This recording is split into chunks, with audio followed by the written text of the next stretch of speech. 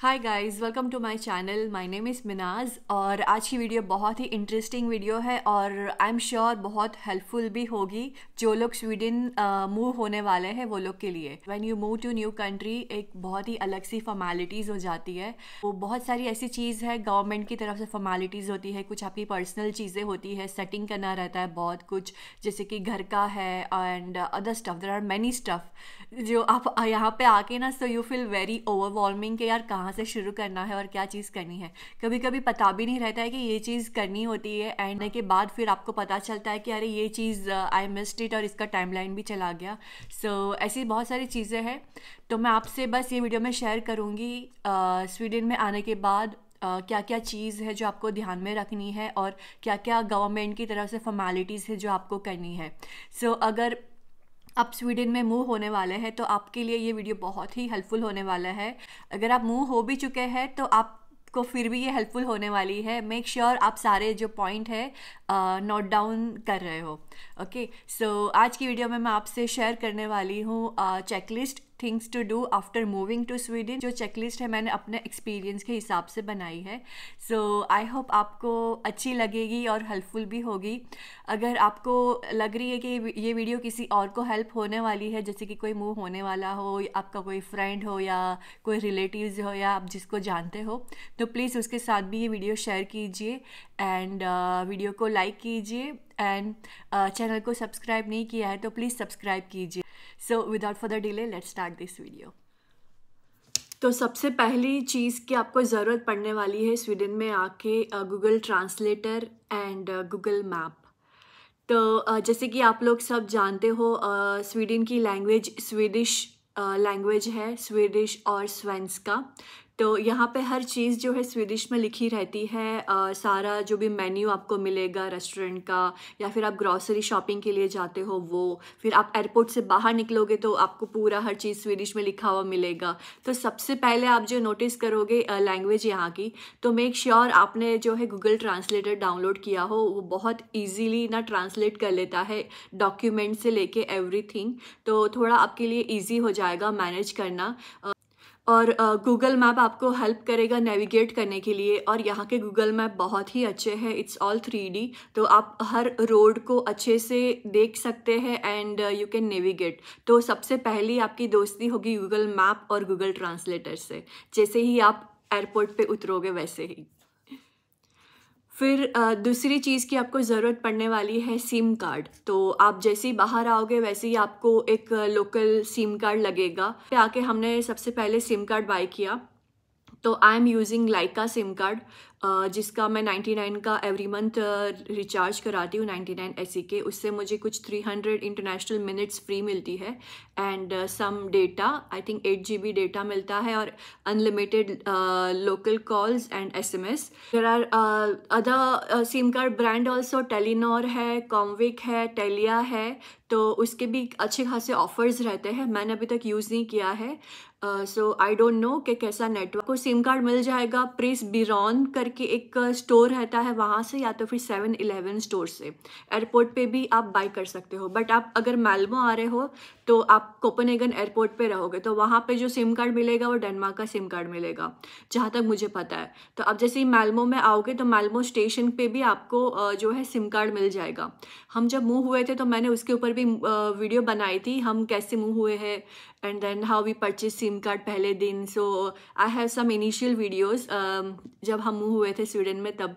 जैसे श्योर आप वो भी चेक करें तो आपको और भी थोड़ा अच्छे से आइडिया मिलेगा कि कहाँ जाना है, चीज़ कहाँ से लेना है, और आपको आई होप वो भी थोड़ा हेल्पफुल लगेगा। तीसरी चीज़ की आपको ज़रूरत पड़ने वाली है ट्रांसपोर्टेशन। तो आपको एयरपोर्ट से या स्टेशन से आपको आपकी लोकेशन पे जाना रहेगा, so you will need transportation. तो यहाँ पे आप फर्स्ट डे ऑफकोर्स आपके पास लगेज वगैज रहेगा तो you will need taxi. So if you are here in Malmo तो आपको टैक्सी मैल्मो करके एक टैक्सी सर्विस है वो आपको मिल जाएगी। स्टॉकहोम टैक्सी भी रहती है, if you are in Gothenburg taxi भी रहती है। तो इस तरीके से आप सर्च करेंगे ना नेट पे तो आपको वो लोग के प्रोवाइडर्स जो है सर्विस प्रोवाइडर्स उनके कॉन्टैक्ट नंबर मिल जाएंगे और आप वो ऐप डाउनलोड करके बुकिंग कर सकते हैं टैक्सी की। अगर आप ट्रेन से ट्रैवल करना चाहते हैं तो हर एक रीजन का अपना अपना एक ट्रैवल ऐप है। जैसे कि आप south part of the Sweden है तो यहाँ का ऐप है स्कॉने ट्रैफिकन। तो जो साउथर्न पार्ट है उसको स्कॉने रीजन बोलते हैं, तो उसका ऐप का नाम है स्कॉने ट्रैफिकन। वहाँ पे आपको जो भी बसेस है या ट्रेन्स है आपको सारे ऑप्शंस उसमें दिख जाएंगे। और if you are coming from Copenhagen airport also, तो वहाँ से भी आप स्कॉने ट्रैफिकन ऐप यूज़ करके ट्रेन की बुकिंग कर सकते हैं। If you are in Stockholm तो वहाँ पे है SL ऐप, और उपसाला में है UL ऐप, और गोथनबर्ग में है वेस्ट ट्रैफिक। और if you want to book bus from airport तो एक ऐप है flygbusarna.se। तो ये सारी जो लिंक है वो मैं डिस्क्रिप्शन में डाल दूँगी, या तो फिर मैं डिटेल्स डाल दूँगी ऑन स्क्रीन, तो आप वो स्क्रीनशॉट ले सकते हैं। अब आप जो है घर पहुंच चुके हैं सब अपना सामान वामान लेके। अब ये सारे जो अभी काम करने वाले हैं हम थोड़ा ऑफिशियल वर्क पे आ जाएंगे। तो ऑफिशियल वर्क में सबसे पहले आपको चीज़ करनी है कि जो आपने जो हाउस जो आपने ऑलरेडी बुकिंग किया रहेगा रहने के लिए, तो मेक श्योर कि आप पूरा एक बार चेक कर ले कि कोई प्रॉब्लम नहीं है, और वीडियोस बना ले, फ़ोटोज़ खींच ले, कोई डिफेक्ट है। उसके बाद नेक्स्ट चीज़ है आप आने के बाद थोड़ा फ्रेशन अप ये वो सब हो गए तो same day or other day you have to register in your commune that you have moved and you are in Sweden now। तो उसके लिए होता है skatteverket.se। उसमें आपको आपका पूरा डिटेल डालना रहता है, आप कौन सी डेट को मूव हुए and all the related stuff. उसमें पूरा एक फॉर्म आता है वो आपको फिल करना रहता है, and you need to go in skatteverket office to apply for a person number। तो person number is very important here because person number is your identity। Person number होगा तभी आपको स्वीडिश ID कार्ड मिलेगा, और जब आपके पास Swedish ID card होगा तभी आपका ना बैंक अकाउंट खुलेगा, और बैंक अकाउंट खुलेगा तभी आपका बैंक ID बनेगा। और बैंक ID के बहुत सारे फ़ायदे हैं। जब आप कोई जॉब कर रहे होते हो तो आपको पास बैंक ID होना बहुत ज़रूरी है। थोड़ी बहुत सारी चीज़ें जो है ईजी हो जाती है बैंक ID से। तो मैं आपको उसके बारे में डिटेल बाद में बताऊंगी, बट मेक श्योर कि आप ये सारी चीज़ें ना आप ध्यान में हो और आपका प्लान हो ये सब जैसे आप आते हो करने के लिए। नंबर आपको मिल गया तो उसके वो आपको आई गेस कुछ 15 डेज़ डिपेंड करता है एक्चुअली कितना क्यू है वो लोग के पास। हम लोग का कुछ 15 डेज़ में आ गया था पर्सन नंबर, और पर्सन नंबर आने के बाद आपको स्वीडिश ID कार्ड के लिए अपॉइंटमेंट बुक करना है। आप वीज़ा के लिए अप्लाई किए रहते हैं तो आपको एक रेसिडेंस कार्ड मिला हुआ रहता है, तो रेसिडेंस कार्ड की डिटेल के हिसाब से आपका स्वीडिश ID कार्ड बनता है। तो मेक श्योर कि आपका जो रेसिडेंस कार्ड है जब आप बनाते हो तो उसमें डिटेल करेक्टली फिल की हो, आपकी हाइट सही से डाली हो। मेरे कार्ड के लिए प्रॉब्लम हो गई थी क्योंकि मेरी हाइट डिफरेंस था बहुत सारा मेरे रेसिडेंस कार्ड में और मेरे स्वीडिश ID कार्ड की एप्लीकेशन में। जब वो चेक करते हैं हाइट तो वो लोग को बहुत एक्यूरेट चाहिए रहती है, और मेरी हाइट का कुछ 10 सेंटीमीटर का डिफरेंस था, तो दैट वाज ह्यूज। उसके लिए मेरा स्वीडिश ID कार्ड आने में बहुत टाइम लग गया था। My husband got it in just a week. अब हम आते हैं अगली चीज़ की तरफ। तो जो अगली चीज़ है, if you are having kids तो आप उसके लिए जो है स्कूल के लिए वगैरह के लिए एडमिशन करना रहता है, तो उसके लिए भी क्यू रहती है यहाँ पे। तो make sure that applying for a pre school और स्कूल अर्ली जैसे ही आप आते हो, तो स्कूल वगैरह के लिए आपको पर्सन नंबर की ज़रूरत नहीं है। आप आते ही आपकी जो कम्यून है वहाँ पे जाइए एंड रजिस्टर, आप मैन्युअली फॉर्म फिल करना रहता है, वो आप फिल कीजिए, आपका स्कूल चॉइस जो है वो डालिए, एंड देन उसका कुछ 4 मंथ का वेटिंग पीरियड होता है स्कूल के लिए। But my sun got place in pre school in just 2 months, तो उसका स्वीडिश प्री स्कूल है। उसके बाद है बैंक अकाउंट खुलाना। तो बिकॉज यहाँ पे जो आपकी सैलरी आएगी या what ever transaction you will be doing in SEK only, तो आपका यहाँ पर बैंक अकाउंट होना बहुत ज़रूरी है। यूजुअली जिनकी जॉब होती है उनका बहुत जल्दी से अकाउंट खुल जाता है, लेकिन जो डिपेंडेंट वीज़ा पे है या फिर जिनके पास जॉब नहीं है यहाँ पे उनका थोड़ा अकाउंट खुलना मुश्किल होता है, because they need to show कि उनको क्यों चाहिए बैंक अकाउंट यहाँ पे, किस चीज़ के लिए चाहिए, तो वो लोग रीज़न पूछते हैं, you need to fill it. So यहाँ पे ना बच्चे लोग के कुछ अलाउंस आते हैं। If you are having kids तो आप ना वो रीज़न सिलेक्ट कर सकते हो कि you have a child and for allowance you need your bank account and you need for a little bit of transaction in future you are planning for a job करके, ऐसा भी आप अंदर mention कर सकते हो जब आप फॉर्म फिल करते हो तब।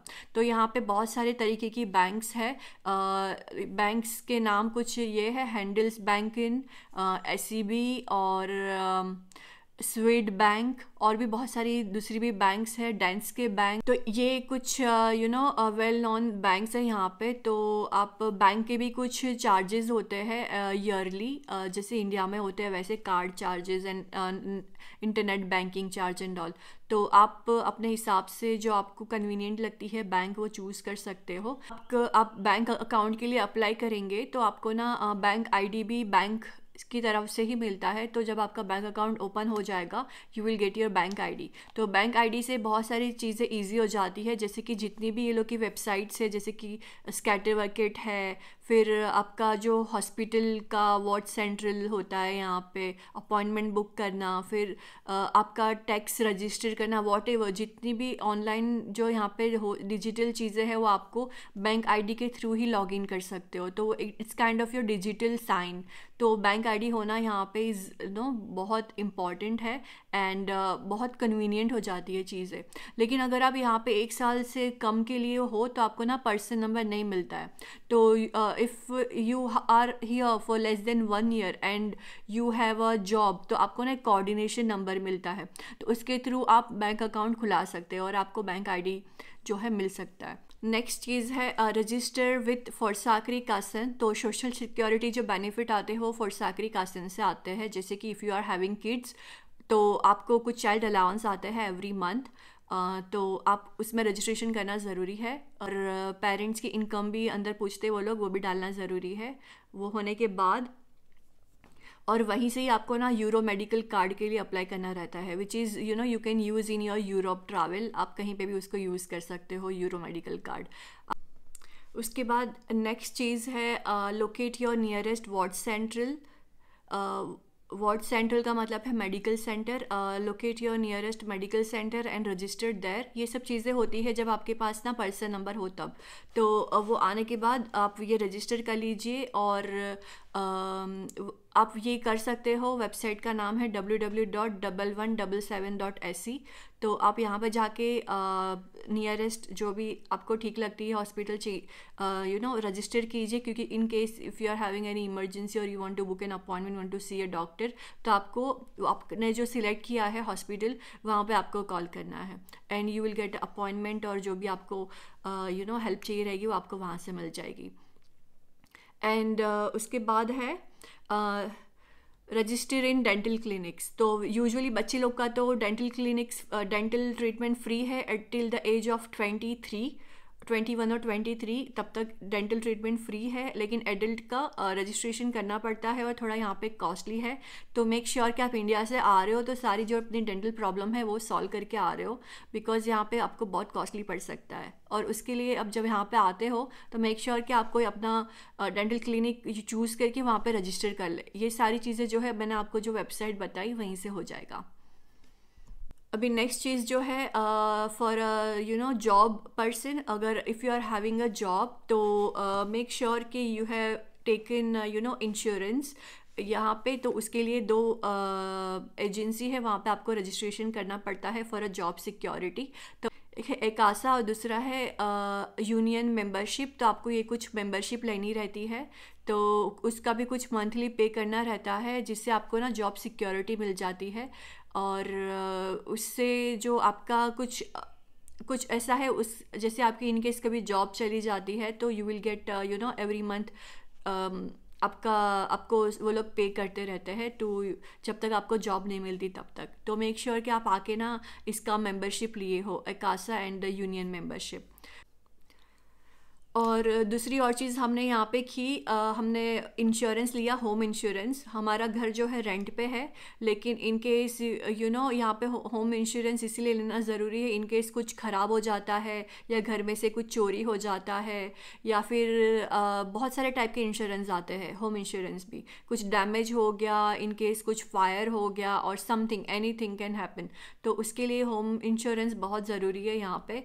जब आप कोई रेंटेड हाउस में रहते हो तब कुछ बड़ा छोटा मोटा खर्चा आता है वो उसमें कवर कर सकते हो आप। तो उसमें उसकी भी बहुत सारी अलग अलग कंपनीज है, तो आप वो भी एक बार चेक कर सकते हो आपको कौन सी कंपनी ठीक लगती है। उसके बाद नेक्स्ट चीज़ है, अगर आप आ गए हो यहाँ पे and you are staying in some house, mostly second hand होगा या तो आप कोई ऐसे अकोमोडेशन में रह रहे होंगे जो टेम्पररी हो, लेकिन यहाँ पे ना परमानेंट अकोमोडेशन भी मिलता है, उसको बोलते हैं फर्स्ट हैंड कॉन्ट्रैक्ट। उसका कोई एंड पीरियड नहीं होता है, आपको रेंट एवरी मंथ भरना रहता है, लेकिन that contract will be not having any and contract. तो उसको हम फर्स्ट हैंड कॉन्ट्रैक्ट बोलते हैं, जहाँ पे आप जितना चाहो उतना रह सकते हो, लेकिन उसमें क्यू बहुत लंबी होती है। तो if you are planning to stay here for a longer time in Sweden, तो मेक श्योर कि आप जो फर्स्ट हैंड कॉन्ट्रैक्ट की जो वेबसाइट्स है उस पर आप रजिस्ट्रेशन किया हो और आप क्यू में हो। तो आप क्यू में इंडिया में रह के भी लग सकते हो। कुछ वेबसाइट्स है वहाँ पे पर्सन नंबर की ज़रूरत नहीं पड़ती है, जैसे कि boplats.se, boplats SYD for Skåne region and boplats.se for other part of Sweden. उसके बाद नेक्स्ट चीज़ आती है आपके स्पाउस के लिए। तो आपके स्पाउस आते हैं, उनको भी बिगिनिंग से शुरू करना रहता है। अगर उनके पास जॉब नहीं है या उनकी कुछ ऐसी स्किल्स है जिससे उनको ना यहाँ की लैंग्वेज आनी चाहिए, यदि आप आते हो, आपके पास पर्सनल नंबर आ गया या आपने अप्लाई कर दिया, तो आप ना रजिस्ट्रेशन कीजिए SFE में, स्वीडिश फॉर इमिग्रेंट्स। वो मतलब वो फ्री कोर्स है और वहाँ पे आपको ना स्वीडिश सिखाई जाती है। आप स्वीडिश क्लास में इनरोल कीजिए, या तो आप फ्री वाला लीजिए या तो पेड वाला लीजिए। देयर इज़ वन फॉल्केट यूनिवर्सिटी, वहाँ पे पेड कोर्सेज होते हैं, वो थोड़े फास्ट होते हैं और बुक बेस्ड होते हैं, वो बुक्स रहती है उनकी, उसमें से वो लोग पढ़ाते हैं। एंड या तो वो भी आप ज्वाइन कर सकते हो। And other Swedish for other course there are आप यूनिवर्सिटी में भी अप्लाई कर सकते हो स्वीडिश सीखने के लिए, जैसे कि लुंड यूनिवर्सिटी में some course for international to learn Swedish, वो भी आप देख सकते हो। एंड जो डिपेंडेंट वीज़ा पे है ना, उनके लिए एजुकेशन फ्री है यहाँ पे। And even the person who are coming for a job visa, उनके लिए भी यहाँ पे स्टडीज़ फ्री है। तो अगर आपको इंटरेस्ट है इन फ्यूचर पढ़ाई करने के लिए, तो आप ना रजिस्ट्रेशन कीजिए universityadmission.se। तो वो रजिस्ट्रेशन कीजिए वहाँ पे, एंड फिर आपको मन किया तो आप अप्लाई फॉर कोर्स और any degree what ever you want, and you can study here completely free if your the main applicant is paying tax here, जो ऑलरेडी वर्क कर रहे हैं जो एंड ऑलरेडी पेइंग टैक्स। तो आपके dependent जो भी स्पाउस है उनको एजुकेशन फ्री हो जाता है। Even the person is working, उनको भी फ्री है, they can take any part time course also, so it's quite good. उसके बाद है this is also for a spouse जो who are looking for a job. तो they can also register in Arbets for Medlingen. This is employment agency, government employment agency, तो वहाँ पे भी registration करना ज़रूरी है if you are looking for a job. तो अगर आपको बहुत टाइम तक ना जॉब नहीं मिलती है, तो you will get some compensation और they will provide you some training, ताकि आपको जल्द से जल्द यहाँ पे जॉब मिल जाए। और दूसरी जॉब्स के लिए ना यहाँ पे there are some internship programme for internationals, जैसे कि यॉब स्प्रॉन्गेट।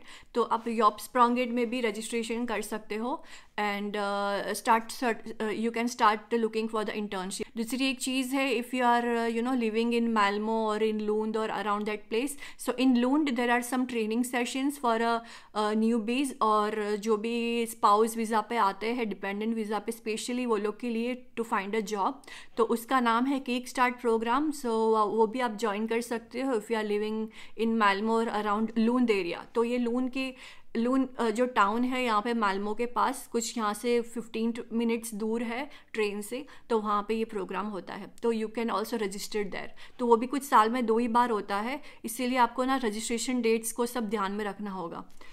अब हम आते हैं फाइनल पॉइंट पे, तो शॉपिंग के लिए जो स्टोर्स है वो भी कुछ स्टोर्स के नाम मैं आपको बता देती हूँ, ताकि आप ना उसको नोट डाउन कर ले और पहले से थोड़े बहुत ध्यान में रखें कि आप if you want to buy a general groceries, तो यहाँ पे जैसे कि मिल्क है और अंडे है, ब्रेड है, कुछ सब्जियां हैं, ऐसे आपको रैंडम जो भी रेगुलर चीज़ें बाई करनी है तो यू कैन परचेज फ्रॉम ईका और विलीज, लिडिल, हेमशॉप, और कौन सी है, तो हाँ ये कुछ बड़ी बड़ी कूप आपको हर जगह मिल जाएगी। तो ये सारी जो भी स्टोर्स है ना, यहाँ से आप बाई कर सकते हो ग्रॉसरीज।